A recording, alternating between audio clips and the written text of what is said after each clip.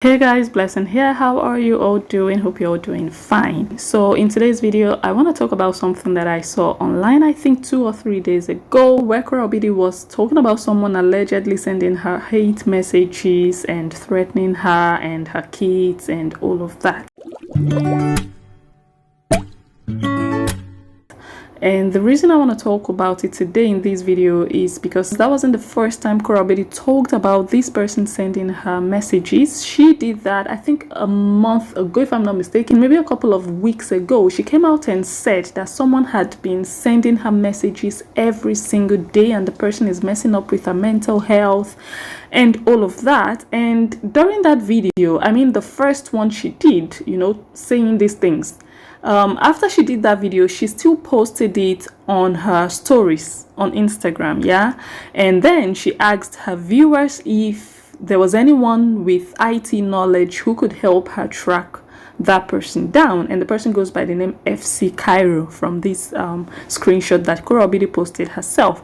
And when she said that, look, I know that there are crazy people out there. There are people who can really just do anything and go to any length to just hurt other people, no doubt about that.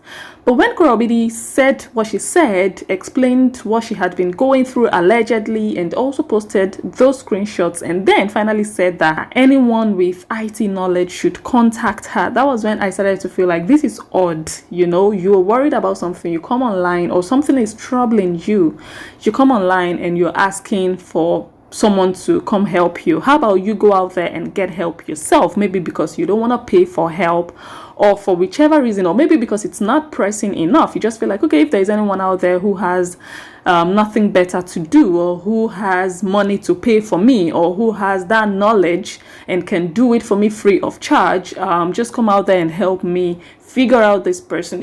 It could have been any of these reasons, or maybe another reason why she didn't take action then. I found it odd, but I didn't do a video about it. I didn't talk about it. I just felt like, okay, her choice, whatever.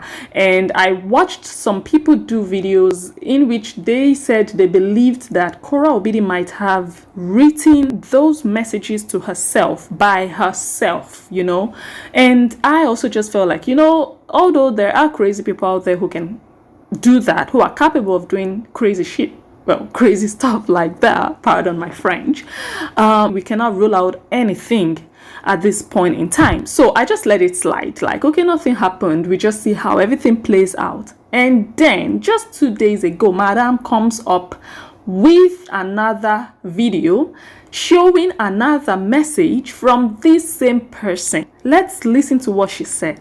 Good morning, welcome to my live. 2 things this morning, 2 important things. There's a racist who keeps mailing me every day, telling me she is a part of my ex-husband's team, and basically she You guys, when I listened to this statement she made, especially when she said the person, the racist that has allegedly been sending her messages, told her that she was part of her ex-husband's team. The moment she said that, the moment I heard that, I could just tell almost that the purpose for which Korra Obidi did this video, and I might be wrong, but I strongly feel like the purpose for which she did this video was to imply that Justin Dean has a hand in the racist messages that she has been receiving. So in the first video she did talking about these racist emails, she didn't mention Justin, if you guys remember, but there were comments then implying or alleging that Justin Dean might know something about it or whatsoever, and not too much happened to Justin Dean. And now she is being specific, mentioning him, that the person told her allegedly that she was part of Justin Dean's team. And I was just listening to Korra, and the first question that popped in my mind was, Korra, why are you doing this again? Korra is here mentioning, even if the person said so, you know the implication of you mentioning or attaching Justin Dean to anything that looks like an attack on you or your daughters. You know what that means for him. You know that your fans are going to go after him. Why would you have to put him in that line of fire? And that was one of the first things she mentioned, that the person told her that that person was part of his team. Where is the proof to that? Where is the message in which the person said that they were affiliated to Justin in any way possible? Let's listen to the rest of what she said. It's getting a toll on me because every day, you know, this email comes. So I need you guys to help me figure out who this is. So Korra said here that she receives these messages every day and that it's taking its toll on her and that she needs people out there to help her figure out who this person is. Number one, madam, this thing is not taking any toll on you whatsoever, because if it was, you would not be sitting on live video talking about it. You would have taken action from the very first message. If this thing, or if these messages you claim you receive every single day in your mailbox really affects you the way you come sit here pitifully on live video to tell your fans about, you would have done something about it. But for the fact that you still come out and you're still asking your fans to help you protect you, means that it is not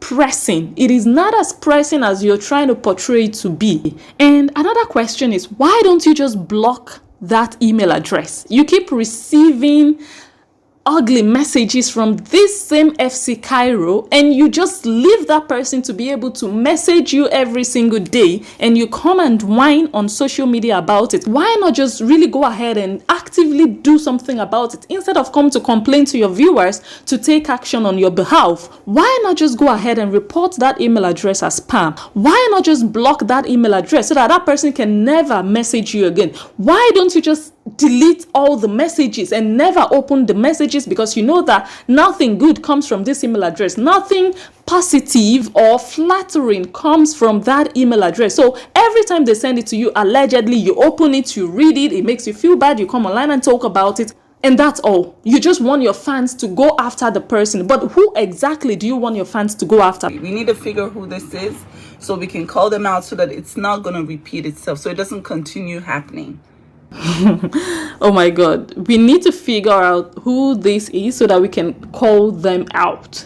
Like, just listen, this is just really laughable, so that we can call them out. And then what? Like, who exactly are your fans going to call out? Because nobody knows at the moment who is behind this account.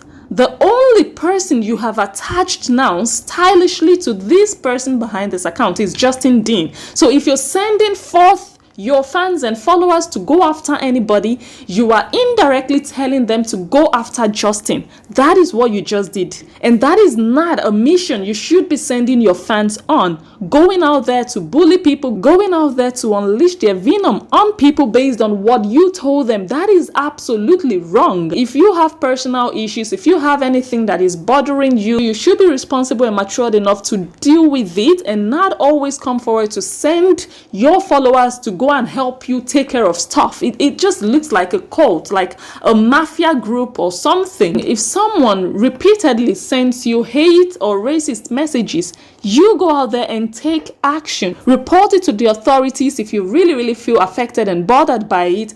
Go do something about it. Hire professionals, IT professionals, to track that person down. If this really means so much to you, you don't always have to come to social media to cry out to your fans for everything. Fine, you can cry out to them to buy you blankets whatsoever, but when it comes to things that you call life-threatening, I just think coming out to talk about it and not doing anything about it at the end of the day just looks like either chasing clout or wanting to gain sympathy from your fans, or just wanting them to go out there and drag someone else. That is so vile, in my opinion. And I'm literally scared for my safety and for the safety of my kids.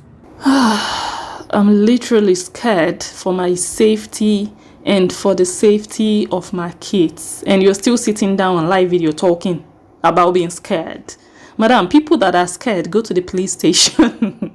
People that are scared seek protection from those that can protect them. Your fans cannot protect you. That is not what they are meant for. Madam, you're not scared. You're just saying it with your mouth. But what are you doing about it? You're scared for the safety of your kids. And what are you doing about it to show that you really are scared and you're trying to protect your kids? Your actions now, you just talking about these things, expecting your fans to go do the work, is just sending off that message that you are not capable of being that protector over your children. If something as serious as this, is something as life-threatening as you claim, like this happens, that involves your children being potentially hurt in the process, the first thing you do as a mother is take action. The first thing you do is not to come on live video and talk about it. When you have taken care of business, when you have done the necessary, when you have done everything that you need to do to ensure that your safety is guaranteed, then you can come out and update your fans and tell them, okay, this is what has been happening, this is what I have done about it,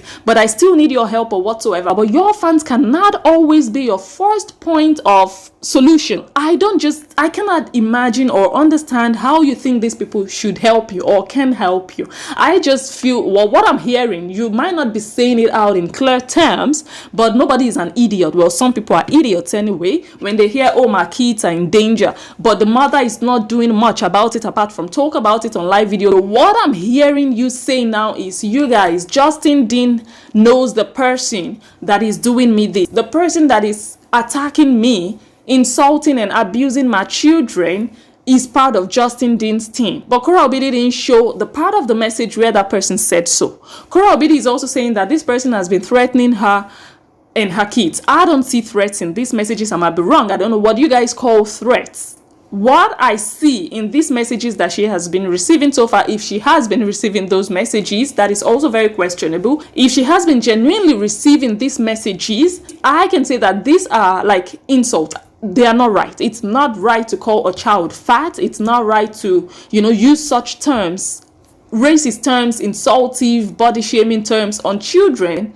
But I'm not really seeing a threat to life here. It's ugly what this person is doing if there's really someone behind it. But Korra Obidi talking about it again and again on live video is not really solving anything. Yeah, there's a racist who keeps emailing me very threatening things, calling my children all sorts of names, telling me I'm this and that, and my ex-husband and whatnot. So my ex-husband, I just feel like it's high time Korra Obidi freed this guy. Like, it's just so obvious that the main thing she's highlighting in this message is just her ex-husband has something to do with it. That is something she's just constantly implying, and she knows what that means. She knows that people are going to go after that guy, and I just totally feel it's not cool that she would be attaching him to something like this. Even if that person mentions him, you coming out to throw him under the bus when you guys actually should be working together as co-parents, when you guys should actually be friendly and amicable towards each other, because you guys have these exchanges with the kids. You guys are both still involved in those kids' lives. So it's just, like I said, wrong that she is even mentioning him. Even if that person writes it in the email that, look, I am part of Justin's team, she knows the effect of mentioning it to her fans, and that is what she's doing. And like I said, that is not a good look on her. We have seen Justin in recent times come out to say, you guys should leave us alone, leave Korra alone, leave me alone, we don't need teams, there are no longer teams. But I even said in my last video that it looks like Korra Obidi is also on the same page with Justin Dean, that they really want to co-parent in peace. They don't want you guys mentioning the other's name in their lives. And everything I've seen so far, which I'm going to do another video about, with the APA issue, buying a bicycle for June, and with so many other things that I have seen, it looks like Korra Obidi is not really on the same page with Justin Dean when it comes to really toning down on the scandal and the negativity surrounding their divorce. And you guys also know that this video Korra did about this second video that she did about, you know, this person emailing her, actually came in the wake of Justin Dean revealing his new Nigerian girlfriend. I'm also going to do another video on that one. You guys, I'm late on videos. I know it's really a busy period for me now, but I'm definitely going to do another video elaborately talking about these things that have been happening in recent times. So this might just be a combination of Korra being bitter, you know, about the situation, because when Justin didn't reveal this lady, Justin didn't really come under attack as much as people would have expected. I even didn't do a video about it. You know, a lot of people really just looked at, okay, yeah, he has the right to move on, why not? I have my reservations about that, because I'm talking 5 months ago you had a baby and now you're already sleeping with, well, I can almost assume you are sleeping with her because she was butt naked in your house. So I have my reservations, and like I said, I'll do another video really talking about that. But in today's video, it just looks like, I said, Korra is either bitter about that and about the fact that people didn't really attack this guy, and she wants to give them a reason to go out there and really bash on him. Now let's listen to another possible motive for coming forward with this second email this time around. So that one first. Mommy. Secondly, my NFT is live, and we have not been able to do a lot of minting. We have so far 180 something mints. We have a goal of 1,250. So 180 something is kind of like,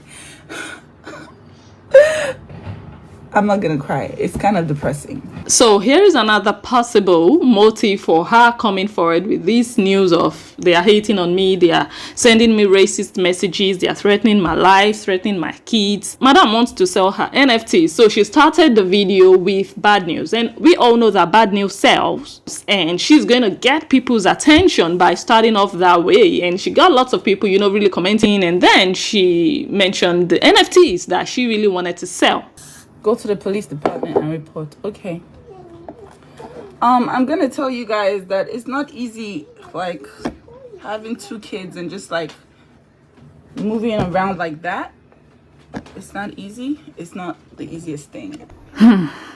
You guys, I don't know if you guys are hearing what I'm hearing. It's not easy moving around with 2 kids. Like, there are people who have 4 kids. They don't even have a car. Korra Obidi is mobile. She can drive from point A to point B. Okay, maybe with 2 kids, but the kids are not with you 24/7. They're not with you 7 days a week. They are with their dad 3 days. Mondays, Tuesdays, and Wednesdays. So you have those 3 days to go sort out what is so paramount to the safety of your children. You're talking about their safety here. You're talking about protecting your babies. You're talking about something as serious as someone threatening the lives of your loved ones. And you're saying it's not so easy moving around with 2 kids. There are people with 4 kids out there who cannot even afford to buy a train ticket or a bus card if it means they would have to walk 100 kilometers to get the job done. If it means they have to walk from dawn to dusk just to make sure they report this case to the authorities to ensure that their kids are safe, they are going to do it.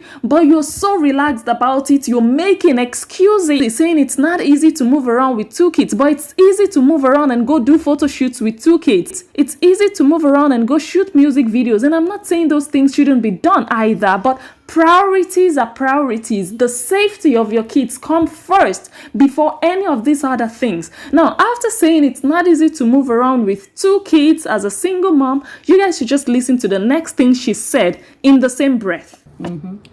This morning we're gonna go see Elma, and I have to figure out something going on with my car. Did you guys hear that? This morning we're going to go see Elma. It's very easy to go travel around with the kids and go see Elma, but it's not easy to go to the police station and make a report. Are you guys seeing the logic in all of this? It's easy to go fix whatever is wrong with your car and get it repaired or whatsoever, but it's not easy to go fix whoever is sending you messages. That is why I just don't feel like those messages are real right now, because if they were real, you guys, if you a mom, you're watching this video and you're a mom, and you get something that is so troubling, or you get a message, or you receive series of messages from a particular email address that you find so distressing, so troubling, so disturbing, would you just switch on your live video and be talking about it instead of take action? And when people tell you go to the police, you tell them it's not so easy to go to the police because you have 2 kids, but you have a car, and it's very easy for you to go do other business, to go, visit your friends, to go eat out, to do things that you please. But when it comes to doing what is highly, highly important in the life of your kids, it's not so easy. Like, where is the logic in all of this? I don't see the genuineness inside of this. I don't see that it is affecting her. Even if the message was real, I don't think it is affecting her as much as she's sitting there portraying. She wants people to believe that, oh my God, this thing is disturbing me so much, it's messing up my mental health, but you're not behaving like it is. You're just saying those words out there so that people can feel sorry for you, so that people can be like, oh my gosh, she's going through so much, it's not easy for her. But why don't you plan yourself that, okay, when my kids are with their dad, I can do these things, I can go to the police station, instead of not being accountable and just making excuses for not doing what you should be doing to protect your own kids. It doesn't really make sense to me. And someone once said that, look, this Korra lady, it's like every month something happens with her. It's either she's going after a vendor who duped her, or her husband stole from her, or someone is stealing all her content library, or someone is sending her racist messages every day, or there's something with her parking ticket. They put a high bill on her for places she never went to, or there is just almost always something with these ladies, that person said. And now I'm just beginning to look like, okay, what exactly is happening? And the reason I'm really asking this question again is that we are beginning to see this pattern of Korra Obidi sending forth her fans to go after people. Let's watch, or let's listen to a throwback video she did against that Jamaican vendor. Any other stupid human being who thinks that I'm very easy, I'm very, very, very easy to cheat. By the time this one goes to jail, if she doesn't pay, then it's going to serve as a deterrent to any other scammer who believes that I'm an easy bait. If she does not reply, she's going to have to pay everything. Now, Korra did this video threatening to send that lady to jail. And at the end of the day, the lady actually got all the money back. Can you imagine? Because she did a job for that lady, and as a client, the lady wasn't satisfied with the advert that she did for her. So I believe she sent a message to the lady because some money was, sent back and forth. And instead of her to just wait for this lady to respond, she didn't even wait 24 hours. She just went out and started to talk to her fans and tell her fans all sorts of things about this lady, with the purpose in mind that they should go out there and bully this lady. And they went out there in their numbers. They went out there and attacked this lady on Instagram. They bullied her. They cussed her out without even hearing her side of the story, until the lady came out and did, I believe, 2 videos explaining exactly what happened. And after we listened to that lady's version, we listened to Korra's version, it was just very clear that that lady knew what she was doing as a business person. I think I did that video before and I talked about this. And after Korra already dished out all the empty threats of sending the woman to jail, the woman got her money back and there was nothing Korra could do about it. It's just really, really a shame. And like I said, there's just this pattern of, oh my God, they are after me. $2,000 is not a joke. It's not something I can just say, oh, I'm so rich, I can just leave it. According to all of you who are Justin's fanatics, I believe that I'm a millionaire, opening me up to all this type of rubbish. So again, she found a way to drag Justin into it, mentioning his name instead of just being accountable and just accepting the fact that you were not professional enough with the assignment you were given by this Jamaican vendor. She was not satisfied with the job you did for her. She said you were jumping around, you did not deliver. She said she gave you guidelines as to what she wanted from her advert, what she was paying for, she did not get. And you just cannot admit and accept that fact and improve on that. Rather, you want to blame someone else for that. You want to drag Justin into it just for people to feel like, or just for your fans to feel like this happened to you because of Justin. So this is just stylishly throwing the guy under the bus at every slight opportunity, which again is not the best at this point in time, neither for you, neither for your desire to co-parent, if there is any desire to co-parent, neither for your kids. Now, the next clip you're going to listen to is Korra Obidi attempting to victimize the organizers of, I believe, the award show she attended. I haven't got my balance yet. No. I just hope this is not another Jamaican vendor situation. I'm still waiting. I'm giving the grace of today. And it's very unlike me because I don't even perform without my balance in my account. But she said that I should give her the grace of today. I hope that I don't want to hear any stories that will turn this sweet experience into a sour experience. So here is Korra Obidi talking about not having received her balance from the show she attended. She was doing this video at the airport. It just looked like she was already preparing the minds of her viewers or her fans that, look, in case anything goes wrong, something can potentially go wrong here, that they refuse to pay me my balance, but if it does, you guys should get ready. And I'm just wondering why Korra Obidi, with almost 6 million followers, would be talking about people who just gave her an award, who just invited her over for a show. They didn't pay the entire money. Why would she even bring their financial business on social media, that they are not competent to pay off the entire money that, you know, they should pay her or something? It's not a good look.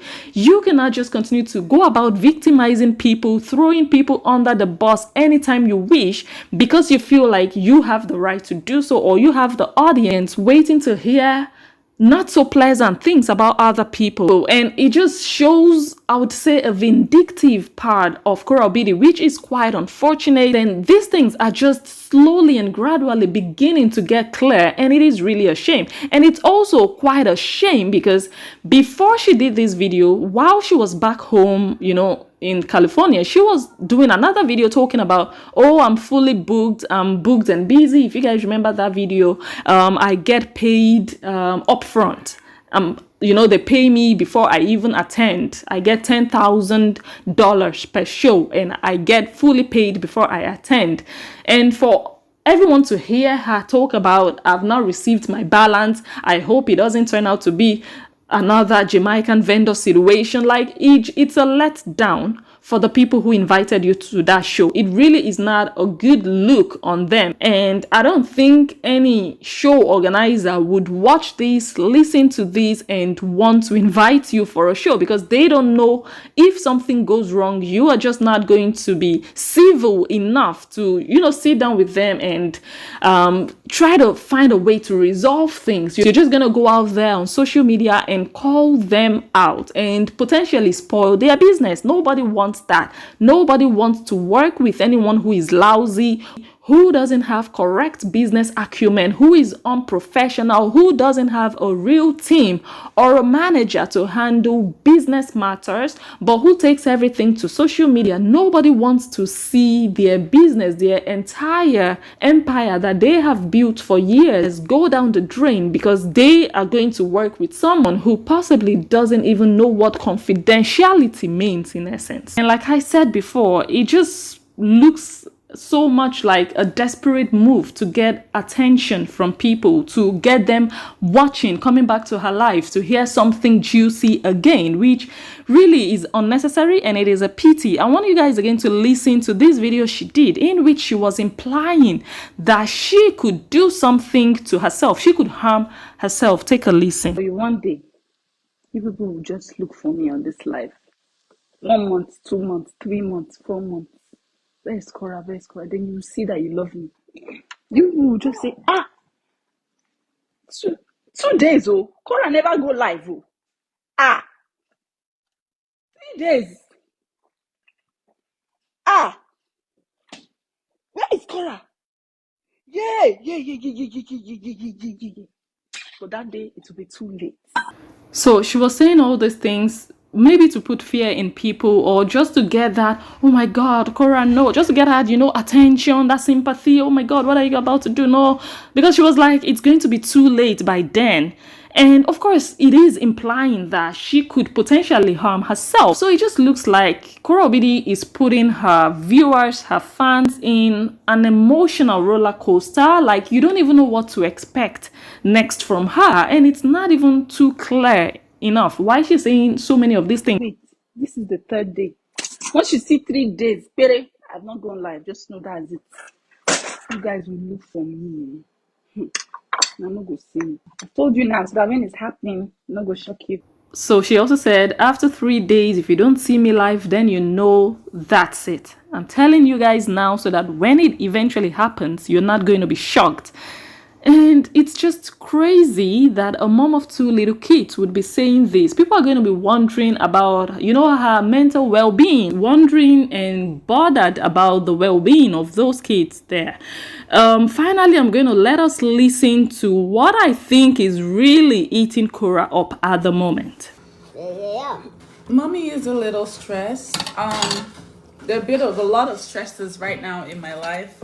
The NFT, you guys need to go mint it. Okay, so for some time now, Korra Obidi has been talking about NFTs. People have to mint. And it looks like people are not really responding as much as she anticipated. And that is really getting to her. I'm so stressed, guys. I'm so freaking tired. Like, I just want to live my life in peace. June is tired too. Like, we're just tired of the drama, guys. It's like everything, you guys want to make it a big drama filled fest. Like, Korra Obidi is tired of all the drama that she is actually bringing upon herself because she cannot sell her NFTs, and she is upset at her fans for stressing her out because they cannot figure out how to mint NFTs, and she is blaming them in the next couple of clips you're gonna hear for just stressing her and asking her all these questions about how to do the thing. just one human being,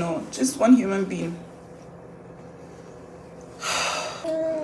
But don't forget to mint my NFT because that's what is wearing me out. I'm right there replying to every single message. Oh my god, I can't mint it. It's taking. I tried it on my laptop. Like, guys, it's very easy.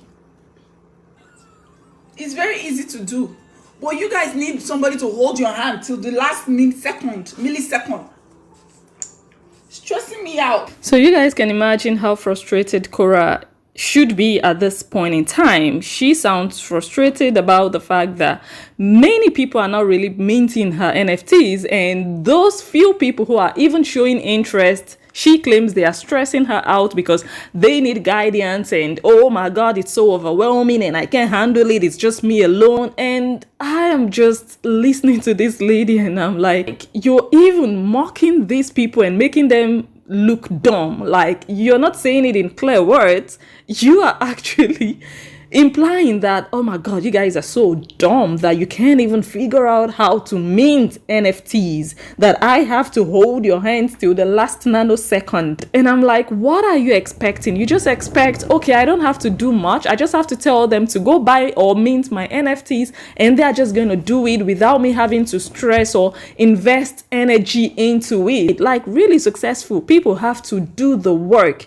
You don't just have to feel entitled that, you know, everything is just going to go exactly how I want. I mean, where is the customer friendliness? These people are willing to support by minting NFTs and you are irritated by them, you know, asking for guidance, asking for help from you. Like, they are bothering you. You are not happy helping them out. You just want them to go and do what you want them to do without stressing you. And I'm wondering, so where is your team?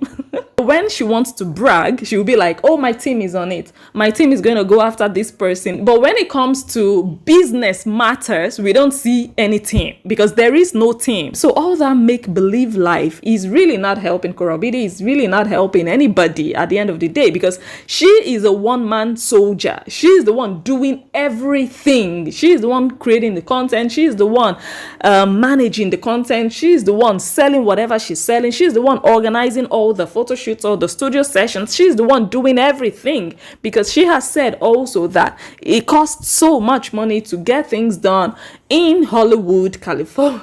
But then don't come and talk about team. Don't come and talk about management, because you don't have one. So don't just say, because I want people to see me like, okay, I'm bigger than what I really am, or oh, because I am a celeb, then let them also think that I have a team, when in reality, I don't have a team. Because when it comes to matters where you'd expect your team to step forward and handle customer-related questions and queries, we don't see any team. We see Korra Obidi stressing out and being upset that the people who are willing to support her, mint her NFTs, are irritating her with their questions. On my NFT, you can get the NFT. It's very easy. All you have to do is mint it.